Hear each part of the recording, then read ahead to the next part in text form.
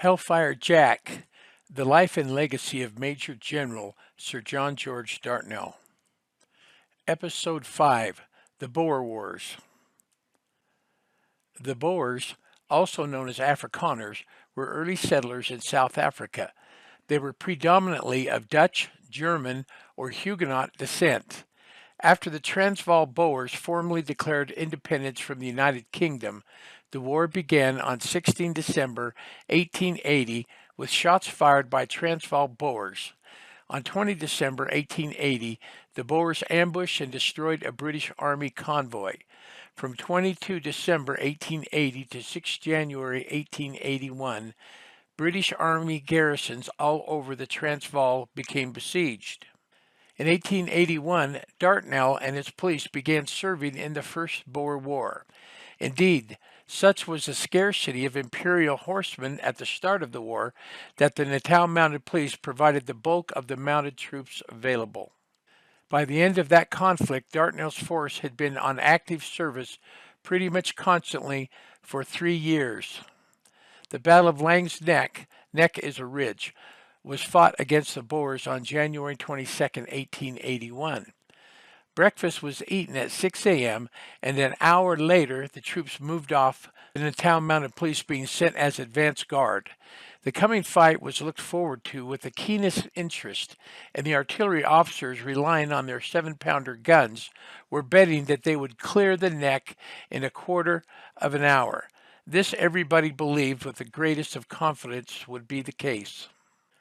A detachment of the 21st Regiment was left behind to hold the laager. With the supports to the advance guard were 4 guns of the Royal Artillery. Then came the Naval Brigade with their rocket tubes, followed by the 58th and 3rd 60th Regiments, the Mounted Infantry forming the rear guard. Altogether, the attacking force comprised 870 infantry and 180 mounted men, 6 guns, and 3 rocket tubes. Very few Boers were seen as the force came near the neck. The neck is the ridge. And the general belief was that the imposing British array had had its effect. The Natal Police were kept in reserve, together with the 3rd 60th Rifles, to guard the left flank, and place vedettes along the ridge running up to the Marjuba. The attack was made by the Mounted Infantry and 58th Regiment, which dashed up the hill unchecked for some distance. When the artillery opened fire, 3 or 4 Boers were observed galloping over the skyline, and everybody cheered madly, thinking the enemy were on the run. The police had even mounted their horses in readiness for pursuit, and the mounted infantry were halfway up the hill when the enemy opened a heavy fire. Both men and horses began to drop, but the British force pushed its way to the summit. Then they turned back, coming down the hill much faster than they had gone up, leaving 4 dead and 13 wounded behind. The 58th Regiment was now moving up the hill on the left of the ridge, their red tunics and white helmets offering a splendid target to the Boers, who were hiding behind rocks on the summit. Colonel Dean took them up as fast as they could cover the ground, and soon the face of the hill was covered with red dots. That's where wounded or dead British wearing redcoats were lying, showing where the Boer bullets had found their mark. The attackers and attacked were still very close together when the artillery shooting suddenly ceased, and the front line wavered. The withering fire had thinned the British ranks terribly. All the mounted officers had been killed, and there was only a subaltern left to give the order to retire. As the men came down the hill, the Boers left their cover and continued picking out the running figures with deadly accuracy. The police vedettes were under fire at this time, shots coming from the bush, and the skirmishers had to be withdrawn. Inspector Mansell gave his men the order to draw swords, preparatory to a charge, but this did not prove to be necessary, although the police sat on their horses for some time, presenting a very good target to the enemy. As soon as the retirement had taken place, Troopers Purser and Ravenscroft of the police were sent with Captain McGregor, a staff officer, up the neck under a flag of truce with a message asking that the hostilities should cease until the wounded had been brought down from the hill. The Boers agreed to this, and on returning, Purser and Ravenscroft passed along the battlefield, telling the wounded to lie still. When the firing ceased, a large party of Boers appeared on one of the spurs of Marjuba, and the general gave orders for a retirement, the police forming the rear guard, but the Marjuba party did not fire on them, and the dead and wounded were placed on ambulances. The 58th Regiment had lost about 160 out of 480 men. The laager was reached at 4 p.m. after the men had a meal. General Colley ordered a parade of troops to which he delivered a short address. He said he had been bound to make the attempt to relieve the beleaguered garrisons in the Transvaal. The attack on the neck had failed, but the blame must rest entirely with him. He complimented all ranks on their steadiness and regretted that owing to scarcity of supplies, the defenseless state of Newcastle, and the importance of keeping his communications open, it would be necessary to send the Natal police back to Newcastle with all speed, though he hoped to have them back with him when he made his next advance. At dusk, Inspector Mansell left Mount Prospect with one mule wagon, which rolled into a donga while they were descending the Ngogo Hill. They were compelled to remain there until daylight, and finding a store near, had a glorious banquet of tinned salmon, tinned pears, and bottled beer. It was a difficult task to set the wrecked wagon right in the darkness, but they were able to resume their journey at dawn, and reached Newcastle safely. Here preparations were made for defending the town, and small forts were built to guard the approaches, being manned at night by the Natal Mounted Police, who also furnished pickets during the daytime. Heavy rains fell, and the water pouring through the patrol tents drenched everything belonging to the men. The Natal Mounted Police were sent out on the 2nd of February to meet a convoy of wagons and wounded men returning from Mount Prospect. And on the same day, a party of the police escorted Commodore Richards of the Royal Navy to Newcastle from General Colley's camp. A number of recruits arrived from escort on the 3rd of February, and they with 6 other men were left in Newcastle, while Major Dartnell, with under 50 men, went out to hold the Biggersburg Neck, where it was feared the Boers might attempt to hold back reinforcements who were to arrive under General Wood. False alarms were continually occurring in Newcastle in these days, and many of the residents took refuge in the laager at night. Mr. Ryder Haggard, who was in Newcastle afterwards, wrote on the subject.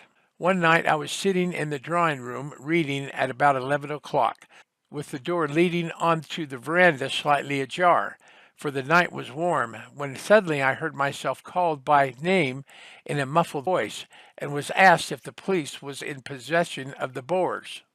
Looking towards the door, I saw a full-cocked revolver coming round the corner, and on opening it some alarm, I could distinctly discern the line of armed figures in a crouching attitude stretched along the veranda into the garden beyond.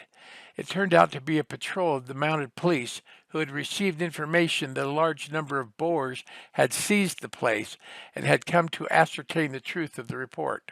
With the Boer invasion looming in late 1899, Dartnell hoped to field the Natal Police as a united field force of around 400 men, essentially operating as a light horse regiment. This plan was dashed, however, and though the police were to serve bravely throughout the conflict, their knowledge of the terrain and local languages made them valuable as scouts and guides, so they were destined to serve in penny packets.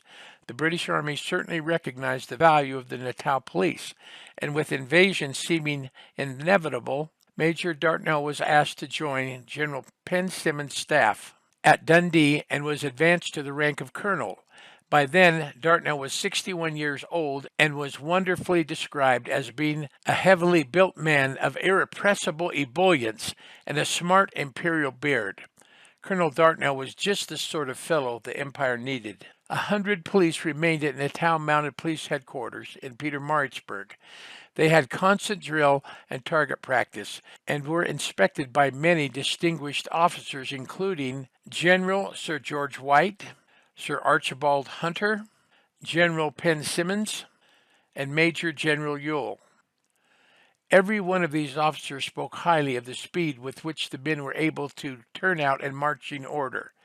Orders were issued to all police in the Newcastle and Dundee districts to hold themselves in readiness to retire on Dundee, and this mobilization took place on the 14th of October, although the detachment at De Jager's Drift was left to watch the movements of the enemy on the opposite side of the Buffalo River. War was declared again against the Boers on October 11, 1899. A troop of Natal Mounted Police under a Sergeant Woon was dispatched to patrol the passes on the Berg, that is, a mountain, and watch for any Boer incursions from the Orange Free State. Another police patrol was sent to watch De Jager's Drift on the border with the Transvaal. 3 days after war was declared, the first casualties of the Natal campaign were suffered when a Boer patrol crossed the Buffalo River at De Jager's Drift and captured a Natal police picket stationed there. On the 14th of October, all the police in northern Natal then retired to Dundee, where the Battle of Talana was fought on October 20th, 1899. The Natal Police, which was held in reserve with the Leicestershire Regiment, had only 2 men wounded in this action. And so it was that Colonel Dartnell happened to be on hand in Dundee at that most critical juncture. The Natal Police had been held in reserve in Dundee during the Battle of Talana Hill, but Colonel Dartnell and 2 of his men accompanied Penn Simmons throughout the action. The horse of one of the police troopers was shot from under him, and the other trooper was wounded. The Boers held the upper ridge of Talana Hill above us and kept up an intense rifle fire upon our position. Colonel Dartnell, who was a veteran soldier and a chief of the Natal Mounted Police, knew the lay of the land and thus was able to give valuable assistance to the troops. I will pause here for a moment to point out the technical advantage the Boers had over the British. The Boers had a long-range advantage over the British because the Boers were equipped with more modern German Mauser rifles that used smokeless powder and had a longer range of fire than the British .303 rifle did. This combination allowed the Boers to engage British infantry from much longer distances. While the British soldiers' .303 rifles still used black powder bullets, which produced a large amount of white smoke when they fired that gave away their position. And it was under these conditions that General Penn Simmons, with his needed gallantry, continually exposed himself, hastening the delivery of the assault. He was begged by friends more than once to keep in the background because the Boer snipers were continually shooting at him and his staff. The general and his men rode forward across an open field, reaching the safety of the woods untouched. The casualties on both sides were swelling rapidly. We brought our Maxim machine gun into play, which helped to relieve some of the pressure from the ridge above. General Simmons was hurrying his men towards the enemy while he was standing in an exposed glade of the woods, when he was shot in the stomach, mortally wounding him. As Simmons insisted on not leaving the battlefield, Colonel Dartnell stood by him under weathering enemy fire until the general permitted Dartnell to take him to cover. After reaching safety, Colonel Dartnell returned to the ring of fire and also brought out Major Hammersley, who was also severely wounded. Removing the wounded. The battle was won, but General Penn Simmons lay mortally wounded and the brigade was in danger of being cut off. General Ewell turned to Colonel Dartnell for advice.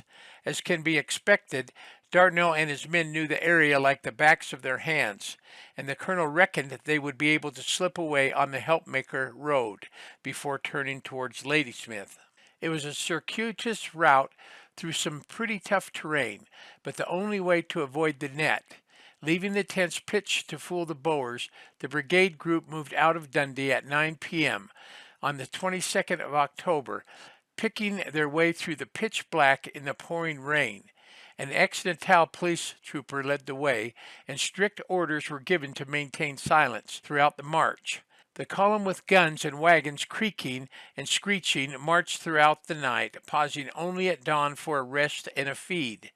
They pushed on, reaching Van Tonder's Pass at midday, but it was decided not to continue until nightfall. The second night saw them led by Trooper Jock Gray of the Natal Police, who led them through the pass and down to the Washbank River. The troops grabbed what sleep they could the following day, though a severe thunderstorm broke that afternoon, causing the river to rise by an incredible 10 feet and turning the surrounding land into a sea of mud. The march continued that night and then another, again in the scything rain. The bedraggled, muddied, exhausted, but unbeaten brigade trudged into Ladysmith at breakfast time on the 26th. Ewell and Dartnell were also helped by the fact that they had been chastened by the Boer sniper lessons they had been given at Talana Hill. The Boers were none too keen to approach Dundee too closely. By the time a Boer patrol realized that the bird had flown, it was too late to follow the British. So Erasmus' Boer Commando Unit moved in to occupy the town. General Ewell's 8th Brigade was 10 miles away, but still a strung out and an easy target. Fortunately, the innocent, noble, God-fearing, take your pick, Boers were far more interested in rampaging through the streets of Dundee on a drunken looting binge than in following up the retreating British troops. There was no attempt at exercising any control over the Boers, who ran riot in the town and camp, drinking, plundering, and wrecking. Even the hospital failed to escape the attention of the looters. The orgy went on all night and next morning. In order to put an end to it, Erasmus ordered all spirituous liquors in the town to be destroyed. A young Boer by the name of Dennis Ritz took part in this lawless free-for-all, gleefully recalling, 1,500 men were whooping through the streets and were behaving in a very undisciplined manner. Officers tried to stem the rush, but we were not to be denied, and we plundered shops and dwelling houses. The joy of ransacking other people's property is hard to resist. General Sir George White, officer commanding Ladysmith, had no doubt who was responsible for the safe retirement of the 8th Brigade, and Dartnell was duly mentioned in dispatches. Quote, Colonel John George Dartnell, Chief Commandant of the Natal Police, rendered valuable service to the late Lieutenant General Sir W. Penn Simmons and to Brigadier General Ewell when the Dundee column fell back on Ladysmith. His advice and experience were of the highest value, and I found him always ready and willing to help me in any way in his power. Close quote. Dartnell was attached to General White's staff and would remain in Ladysmith throughout the siege. Around 90 of his Natal police would also remain in the town, attached to the volunteer brigade under Colonel Royston. Both Royston and Dartnell urged White to let them break out of Ladysmith with the Colonial Light Horse units before the encirclement was complete. They were well aware that mounted units would be of limited use during any siege, but were sorely needed to defend the rest of Natal. Unfortunately, by the time Sir George White agreed on the 2nd of November, the day the last train made it out of town, it was too late. White asked Dartnell if he thought he could still make it out with the Colonial Horse. When Dartnell replied that he thought he could, but that they would suffer severely, Sir George thus decided against risking it. The members of the Natal Police in Ladysmith numbered 90 at this time. Colonel Dartnell was transferred to the staff of General White. While the Natal Police were at Ladysmith, they came under heavy fire of some of the Boers' long-tom cannons. A mounted Natal policeman's horse was cut in half by an artillery shell without injuring the rider. Being aware of the responsibility he had for maintaining his assigned equipment, the officer removed the dead horse's saddle and bridle and carried them to safety under heavy fire. On the 4th of November, one of the wounded prisoners sent in by the Boers was Trooper Wright. He had been shot through the head while accompanying Colonel Dartnell, who brought the wounded General Penn Simmons out of the action at Talana Hill. The first significant action that involved the Natal Volunteers and their fellow colonials, the Imperial Light Horse, was a night attack on Gun Hill on December 7, 1899. The Natal Police guarded the left flank of the attack, which was carried out by men of the Imperial Light Horse and Natal Carbineers, together with a demolition team from the Royal Engineers. The Boers were taken by surprise and retreated from the summit, abandoning their guns in the process. A howitzer and long-tom cannon were damaged with explosives, and the long-tom breech block and a Maxim machine gun were carried back to Ladysmith by the attackers. The Natal police were late in returning to Ladysmith, having failed to hear the retire bugle call owing to an intervening hill. This successful enterprise was one of the few morale boosters experienced by the inhabitants of Ladysmith during the siege. The city of Ladysmith was under shell fire throughout the siege. An artillery shell made a direct hit on Colonel Dartnell's tent. The tent was shredded, and everything inside was smashed, but John George Dartnell was not easily discouraged. Inspectors Doorhill and Little and Sub-Inspector Clark were standing near the explosion, but were unharmed. Fortunately, Dartnell's life was spared because he was not in the tent at the time.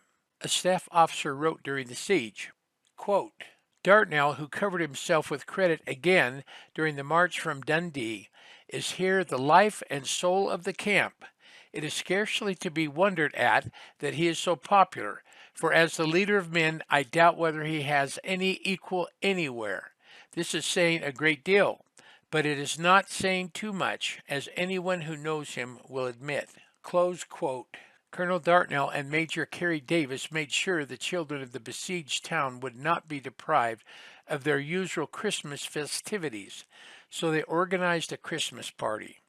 Spirits were raised when all the children were invited to come receive presents that were passed out by Father Christmas from 4 large decorated Christmas trees. Then a festive dance was held for all of the adults. Ladysmith Christmas Party. The Boers' artillery fire was suspended on Christmas Day except for one shell that was fired into Ladysmith and did not explode. The soldiers dug up and unscrewed the back to empty the explosive powder. To their surprise, the powder had been removed and replaced with plum pudding, and a note that said, Merry Christmas. The Natal police were next in action on the night of January 5th, 1900, when a picket ahead of Caesar's camp came under fire in what turned out to be a massive Boer attack on the British line on Wagon Hill, January 6, 1900. As day broke, the Boers shot all of the picket's horses, forcing the Natal police to retreat on foot under heavy fire, and 3 men were wounded before they reached their camp by a circuitous route that avoided the enemy and the action on Wagon Hill. Although the British suffered heavy casualties that day, they prevailed, and the Boers eventually called off the attack after losing many men. The Boers never again attempted a frontal assault on Ladysmith garrison. For his tireless work during the siege, Dartnell was once again mentioned in dispatches by Sir George White on March 23, 1900. Quote, Colonel Dartnell possesses an exceptional knowledge of the colony and of native character. I am greatly obliged to him for the advice and assistance which he has always been ready to afford me, of which I have availed myself freely, and which I have found of the highest value. Close quote. Sickness at Ladysmith was widespread, with 2,400 patients in the hospital by the middle of January, including 6 members of the Natal Mounted Police, 4 of whom had been wounded. As the days wore on painfully and more of the police became ill, all of the remaining Natal police had to be sent out on picket duty every night, and they could only muster 2 officers, 6 non-commissioned officers, and 16 men. Almost the sole topic of conversation was now about the lack of food, and on the 27th of February, rations were reduced to 1/4 pound of biscuits and 3 dreadful ounces of cornmeal per man. After 118 days of increasing privation, the siege was lifted on the afternoon of February 28, 1900, by an advance party of the Mounted Brigade's Composite Regiment, which included 15 Natal police under Sub-Inspector A.G. Abram. A resident of Ladysmith, Bella Craw, described the event in her diary. Quote, We heard great cheering at Indombi camp, and were told that a flying column was to be seen coming past the camp, so we immediately turned down the street in the direction of the cheering. We got so excited that we actually ran at times through pools and puddles that were too big to jump. There had been a heavy rain during the afternoon. We only got as far as Mrs. Hayden's when we met a squadron of Imperial Light Horse headed by Major Carey Davis. I believe there were 80 men or so there. Then came a small number of Natal police, 20 or 30. Then Natal carbineers headed by Major Duncan Mackenzie. The general and all his staff met them just by our gate. Close quote. The siege had lasted 4 months, and during that time 10,688 people were admitted to the hospital. Of that number, 600 died. None of the Natal police died of sickness until after the relief column appeared. 21 of these troopers were on the sick list, and 7 Natal police subsequently died. Before they left Ladysmith, Army Brigade Commander Colonel Royston thanked the Natal police for their services. Quote, he said they had always done their work cheerfully and without criticism. His only regret was that he had not had 1,000 Natal police under his command, because in that case he would have been able to make a name for them and for himself. Close quote. Dartnell continued to serve after the relief of Ladysmith, assisting to clear the last of the invading Boers out of Natal. As the war descended into the bitter and pointless guerrilla phase, he was put in command of the Volunteer Brigade, leading them on various sweeps and drives in the eastern Transvaal along the border with Zululand. His efforts caused him to be mentioned in the dispatches for a third time, on this occasion by Lord Roberts. Quote, Colonel Dartnell, as General Officer in command of the Natal colonists, has maintained the best traditions of the regular forces. His name stands very high in the estimation of the colonists, and he possesses the greatest influence over the natives. His advice was of much assistance in the earliest actions of the war, afterwards during the siege of Ladysmith, and finally in the general advance through the Biggersburg to Lang's Neck. When Natal was cleared of the enemies of the Queen, Colonel Dartnell was awarded the KCB. Close quote. KCB stands for Knight Commander of the Bath. By order of Queen Victoria, Colonel Dartnell was knighted into the order of Knight Commander of the Bath, and from that time forth he received the title of Sir in front of his name, and KCB behind his name, as in Colonel Sir John George Dartnell, KCB. Dartnell was then raised to the rank of Brigadier General, and in early January one of the columns formed for operations in the eastern Transvaal, consisting of 2,600 men and 9 guns, was commanded by Brigadier General Dartnell. Several non-commissioned officers and men of the police were attached to the brigade, including Inspector Clark as intelligence officer, Sub-Inspector Abraham, and Sergeant Newsom, who was senior non-commissioned officer of signalers. The object was to sweep the eastern Transvaal from the Delagoa Bay line to the Zululand border, and a column started from Springs on the 28th of January with a convoy of 450 vehicles. Heavy rains fell on some days, and supplies failed altogether for a while owing to wagons that were expected from Utrecht being hung up in Elandsburg. The men had been dependent entirely on food they could capture from the Boers. No commissariat supplies reached the column either from January until March, and during the greater portion of that time the horses were almost without rations. General Dartnell crossed the Intombi River and reached Vryheid, after which he marched to Louwsburg to make a sweeping movement towards Zululand. The column traveled to Utrecht, Newcastle, and Charlestown, where General Dartnell handed over the command to Colonel Bullock. The Natal police who escaped the siege had prepared for the war before it broke out. Preparations included the establishment of the Natal Police Field Force, whose members were excluded from police duties and who were placed on active service. One detachment, together with the Umvoti mounted rifles, was sent to Tugela Ferry on the Zululand border in case there was an invasion by that route. One section of Natal Police became the bodyguard for General Sir Redvers Boer, VC, that stands for Victoria Cross, officer commanding the British forces in Natal, a duty entrusted to the Natal Police for the duration of Buller's stay in South Africa. Another action involving the Natal police at this time was the assault on the Nkudu Magistracy by a Boer commando unit January 30th, 1900, which resulted in the capture of the magistrate and his staff, together with a number of Natal Mounted Police and Zululand police. After the siege, the Natal police and Buller's bodyguard fought on in northern Natal and the eastern Transvaal until Buller's command was successfully concluded after the last set-piece battle of the war at Bergendal, August 27, 1900. The most serious action involving the Natal police at this time took place in Zululand on April 28, 1901. About 20 police under Sergeant Locke had been brigaded with the Natal Volunteers for some months at Dundee, when they received orders to entrain for Zululand. From the Tugela, they rode up to Melmoth, where a standing camp was pitched for some weeks until orders were received for them to leave their kits and go on a 4 days patrol to Malabatani, to which place they rode, establishing a camp outside the courthouse.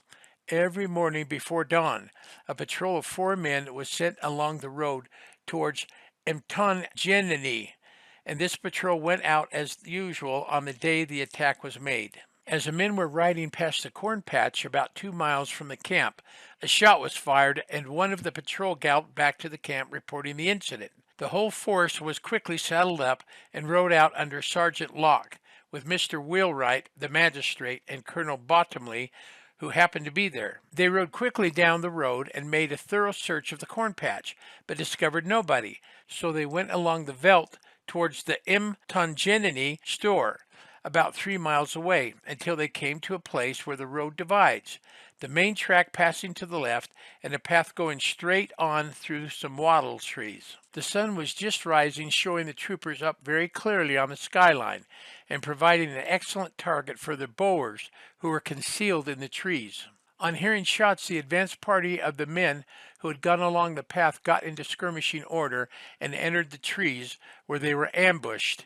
They were shot down to a man, every one of them receiving 2 or more wounds. The remainder of the troop hastily opened out and arrived on the scene at a gallop, just as a Boer named Van Niekerk, more courageous than the others, came out of the trees to demand the surrender of the whole troop. This was refused, so he instantly fired, hitting one of the horses, but he in return received a bullet fired by Trooper J. Smith. The police dismounted and took cover, spreading well out.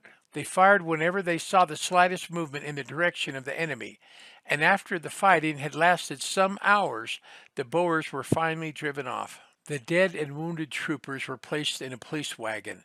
Sergeant Locke had been very badly injured within an hour of the opening of hostilities. He was found lying on the ground with his head on his saddle, Van Niekerk also badly wounded, being near him. Most of the men had gone back to the camp, and there were few left to attend to those who had fallen. Sergeant Locke was with difficulty lifted onto the wagon, which went slowly towards the camp, but as the jolting was so bad, a stretcher was improvised. No natives had been seen about all day, but fortunately at this moment a party of 30 of them in full war paint appeared.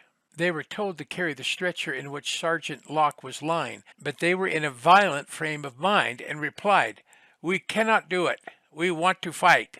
It was only when the muzzle of a revolver was held close to the Induna's head that he ordered 8 of his men to act as bearers, and this they did with reluctance. The following telegram was sent by Lord Kitchener on the day after the fight. Quote, "Please express to the Chief Magistrate and the Civil Commissioner, Zululand, and to Natal Police my appreciation of the gallant defense of the Malabatini Magistracy by the Magistrate and staff and field force of the Natal Police. I greatly regret their heavy loss, but in such a brilliant action losses are inevitable. Please send names of any men who have distinguished themselves." Close quote. The following official message was sent by the Prime Minister of Natal. Quote, "The government has learned with deep regret of the loss of so many brave lives in the attack on the Malabatini Magistracy yesterday morning. It desires, however, to express its admiration of the brilliant manner in which the Natal Police Field Force acquitted itself on that occasion when attacked with overwhelming strength, with the result that the attack was repulsed and the enemy were defeated. I beg of you to be good enough to convey this expression of appreciation to the remaining members of the field force who took part in this engagement." Close quote. After Colonel Dartnell and his men got away from Ladysmith, Dartnell took command of the volunteer brigade. They took part in the capture of Helpmacar. Colonel Dartnell was promoted to brigadier general and was placed in charge of a column that was forming for operations against the Boers in eastern Transvaal. Dartnell's column consisted of the Natal police along with 2,600 other men and 9 pieces of artillery. General Dartnell crossed the Mtombi River and made a sweeping movement towards Zululand. Later, Brigadier General Dartnell was promoted to Major General and took command of the newly formed Imperial Light Horse Brigade in the eastern Orange Free State. He took with him a number of Natal policemen, and they remained there until Dartnell relinquished his post at the end of 1901. Then Dartnell was offered another command, and the Natal police went down to Pietermaritzburg to join him.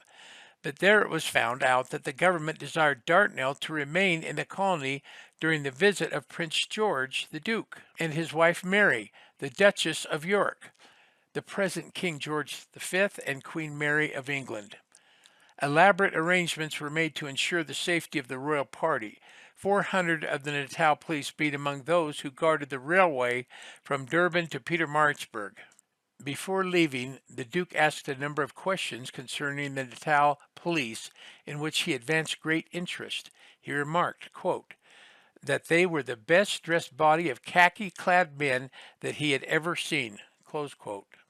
On the 27th of August, 1901, Dartnell was given command of the newly raised Imperial Light Horse Brigade, a unit which included elements of the Natal Police, the 1st and 2nd Imperial Light Horse, and a unit of Imperial Yeomanry. The brigade was soon in action, tasked with escorting a convoy of provisions from Harrismith to Bethlehem. The column was attacked by around 400 Boers as they tried to get the wagons through the Elands River. The Imperial Light Horse were rushed forwards, and the Boers made a hasty retreat. The convoy was brought safely into Bethlehem on the 8th of September. Then General Dartnell was ordered to take the 2nd Imperial Light Horse to the Zululand border, which he did, going by train from Arrowsmith to Pietermaritzburg. At the close of September 1901, General Dartnell with his staff and a number of Natal police left Pietermaritzburg for Eshowe and overtook the column which had been ordered for Melmoth. After the Boers had been defeated, the troops returned to Harrismith. In the middle of December, the Imperial Light Horse Brigade under General Dartnell arrived at Elands River. From there they were ordered to Whitclip, which was 60 miles away, each man carrying 4 days' rations. As they approached Tiger Kloof, they were heavily fired upon for about an hour. Dartnell lost 4 officers and 7 men were wounded. No sooner were Dartnell's men in Bethlehem, however, than the intelligence reports were received confirming General Botha was planning a raid into Natal with around 1,500 Boers. Dartnell thus rushed back to Natal with the 2nd Imperial Light Horse. In this event, General Botha's invasion fizzled out after he was defeated and badly mauled at the twin battles of Fort Prospect and Atala. Returning to the Orange Free State, Dartnell's Light Horse Brigade conducted dozens of night raids, pouncing on loggers and capturing Boers. These were not vast hauls, but the hard-riding light horsemen were steadily chipping away. In December, intelligence reports confirmed that De Wet was in the area with around 1,200 Boers, but he was as elusive as ever. Nevertheless, Dartnell endeavored to hunt them down, following snippets of intelligence as best he could. The game of cat and mouse soon got a little more interesting. A surrendered Boer revealed that De Wet was actually planning to draw the Imperial Light Horse Brigade into an ambush at the Langberg near the Tiger Kloof Spruit, some 8 miles east of Bethlehem. Having been forewarned, Dartnell was prepared for the fight with De Wet. Lieutenant Colonel Mackenzie, commander of the 2nd Imperial Light Horse, which was under Dartnell, was operating as the advance guard, recalled the attempted ambush. Quote, "We suddenly saw the enemy riding out of the Tiger Kloof Spruit, where they had been concealed in the long grass. They formed up in line like a British regiment and charged us over the flat ground. I galloped through a long hollow in front of us, dismounted my men, and lined the crest of the ridge, at the same time shouting, "Now, 2nd Imperial Light Horse, you have the chance of your lives." We opened fire at the approaching enemy and soon checked them. The closest they got was 150 yards. A few took refuge in a little stone corral on our left front, and others swerved to our right and worked around our flank. I noticed a high ridge on my left front which commanded my position and quickly sent Captain Jack Duff with his squadron to occupy it. Only just in time, for he sent a message back that about 500 Boers, an exaggeration, were riding up to occupy the position, but on seeing him and his men, and no doubt concluding that the position was strongly held, returned to the valley." Close quote. It is not perhaps unreasonable to suggest that were De Wet worthy of the sycophantic hero worship bestowed upon him by his latter-day admirers, then it should have occurred to him to occupy this critical high ground from the start. Nevertheless, and with the element of surprise totally lost, De Wet tried to press the attack, mainly against Dartnell's 1st Imperial Light Horse, for another 4 hours, with many of his bitter enders, that is Boers, not keen to expose themselves to danger. However, General De Wet ultimately had no choice but to break off the engagement. He bemoaned later the cowardice displayed by his men, perhaps to deflect the blame for the failure. Quote, "I saw that only 1/3 of my Boers were charging. The others were keeping under cover, and do what I could not drive them out. Everything went wrong. When the Boers charging the English discovered that the greater part of their comrades had remained, they turned round and retreated. So I thought it best to retreat, swallowing my disappointment as best I could." Close quote. In dispatches on 8th January 1902, General Kitchener reported on the action.